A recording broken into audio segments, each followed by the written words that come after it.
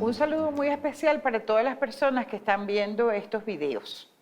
Estamos muy contentos de estar celebrando nuestro 20 aniversario de la psiconeuroinmunología en Venezuela.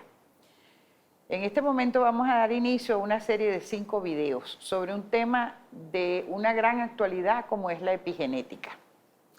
La epigenética es una nueva disciplina en el área de la medicina y muy particularmente de la genética, que está cambiando el paradigma sobre la forma de abordar la salud y la enfermedad.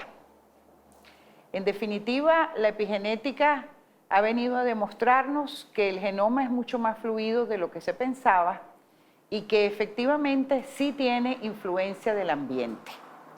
En contraste con una idea darwiniana, luego sustentada por el descubrimiento de la molécula de ácido desoxirribonucleico, ADN, por Watson y Crick, de un ADN inmutable, prácticamente encarcelado en el núcleo de una célula que se transmite inalterable de padres a hijos y donde evidentemente no había ninguna posibilidad de influencia del ambiente, ahora hemos pasado a la demostración científica de modificaciones epigenéticas que son distintas de la secuencia de aminoácidos, que también se pueden transmitir a la descendencia, pero, y esto es muy importante, que pueden ser reversibles cuando uno cambia de estilos de vida.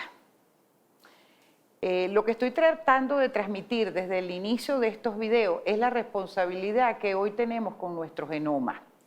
Y adquirir este conocimiento nos va a empoderar con respecto a nuestra salud.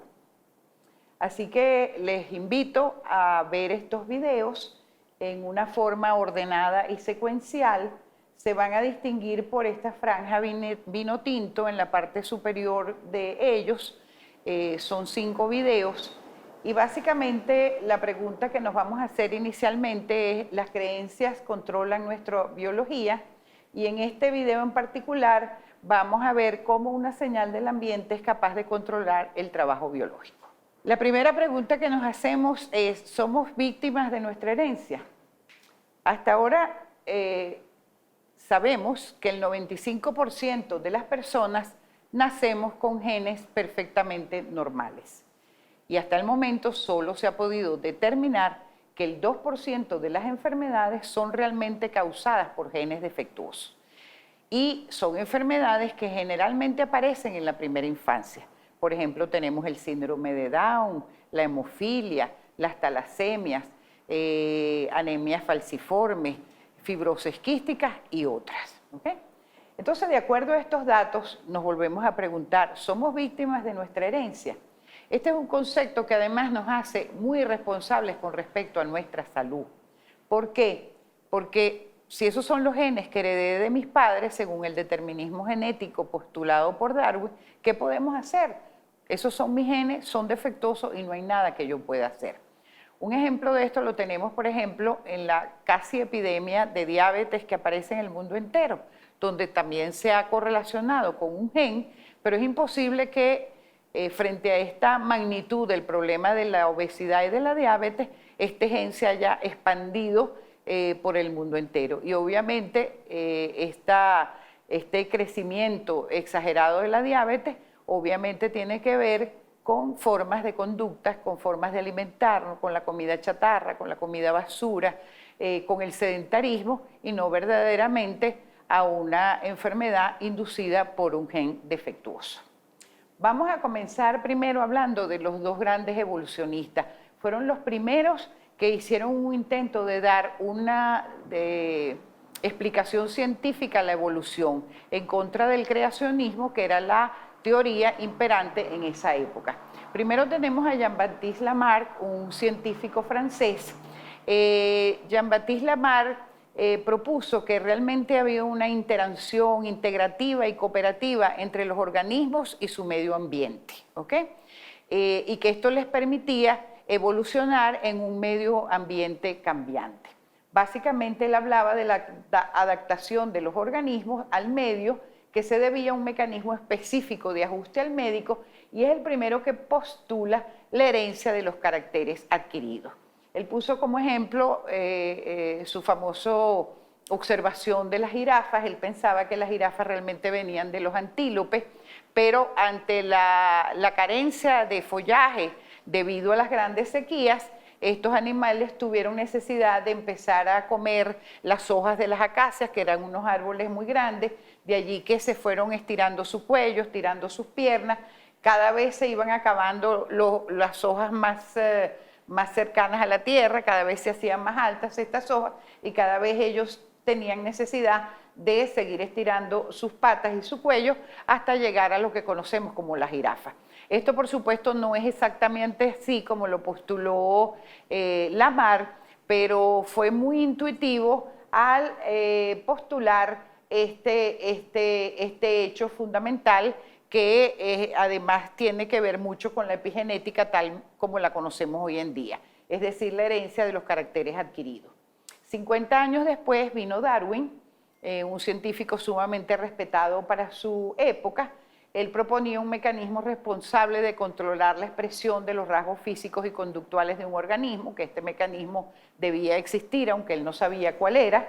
Escribe un famoso libro que es El origen de la vida, y allí postula su teoría de la selección natural. Cuando él fue a la isla de los Galápagos y obtuvo comprobación de su teoría, los Galápagos, que son unas tortugas muy grandes con el cuello muy largo, solamente se dan en aquellas islas dentro del archipiélago de los Galápagos en los cuales las gramíneas eran muy altas.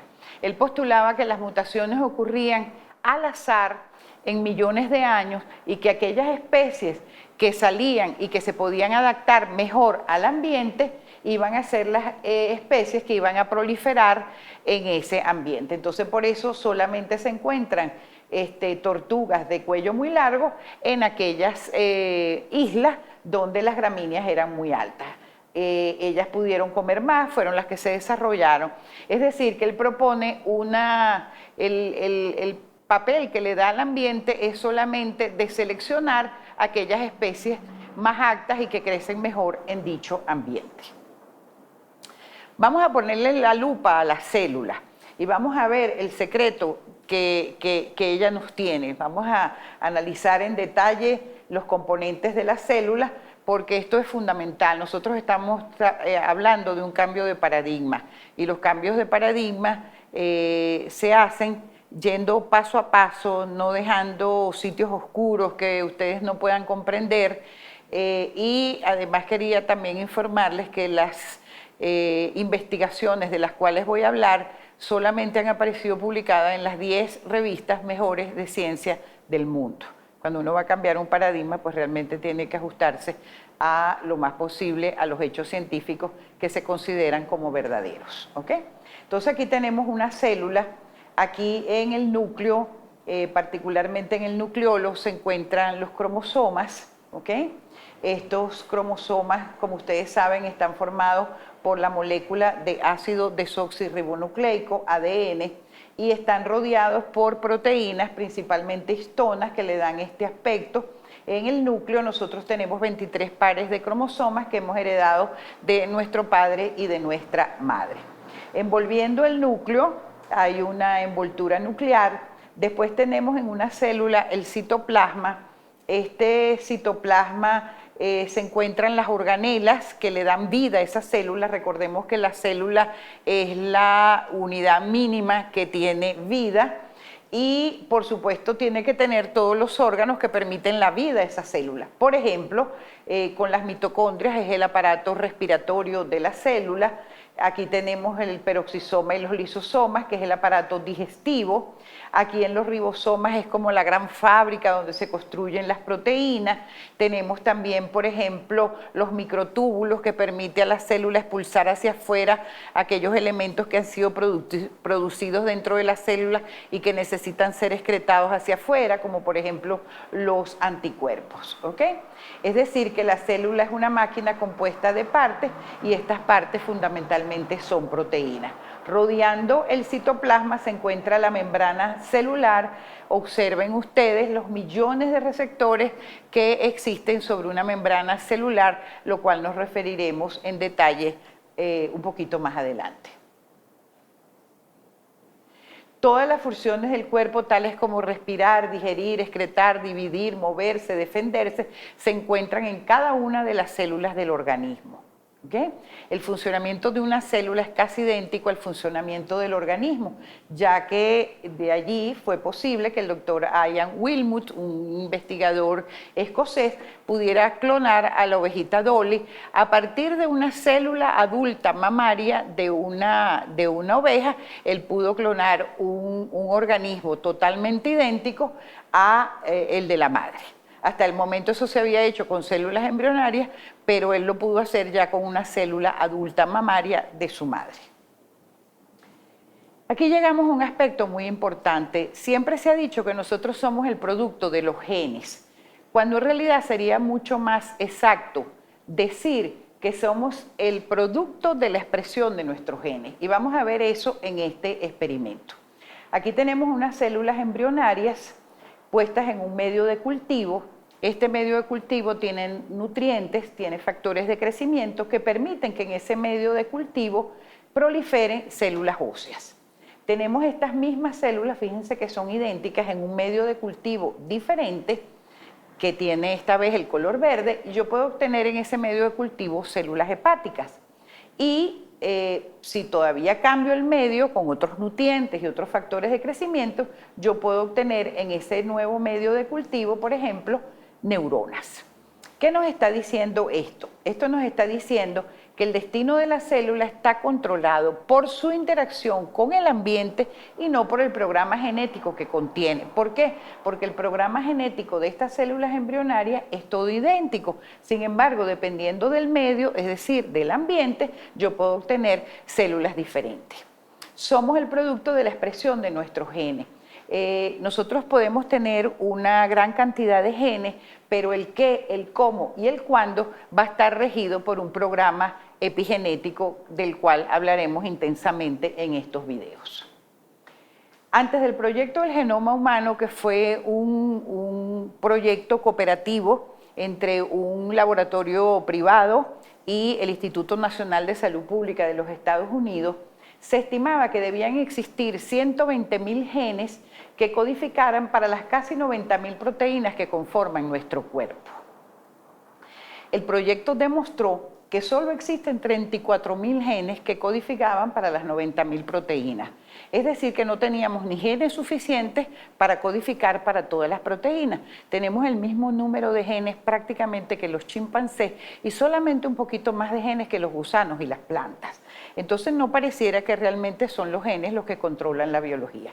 Quiero leerles esta frase de David Baltimore, 2011, Premio Nobel de Medicina, y él dice textualmente: a menos que el genoma humano contenga un lote de genes que sea opacos a la computadora, está claro que no ganamos nuestra indudable mayor complejidad sobre los gusanos y las plantas con el uso de más genes.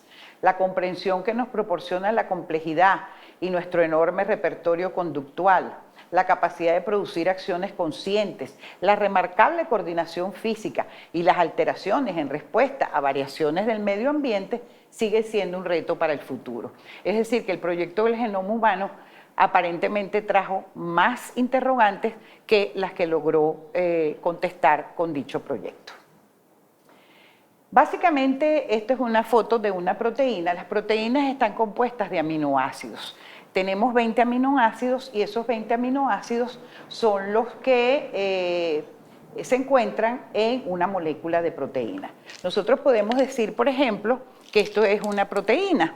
Cada una de estas cuentas es un aminoácido diferente. Aquí tenemos un aminoácido verde, amarillo, morado, rojo, con formas diferentes. Esto es muy importante porque esto correspondería a la estructura primaria de una proteína. Una proteína puede tener los 20 aminoácidos, pero generalmente no, pueden tener 3, 4, 5 aminoácidos. Y dependiendo de la secuencia en la cual yo coloque esos aminoácidos, voy a tener proteínas diferentes.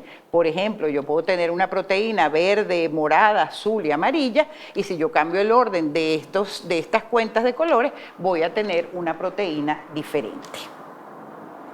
Yo puedo también, y aquí por ejemplo está claro, esto también es una proteína, pero ustedes ven que esto no tenía ninguna forma, era rígido, esta era la estructura primaria, en cambio ya esto tiene una estructura espacial.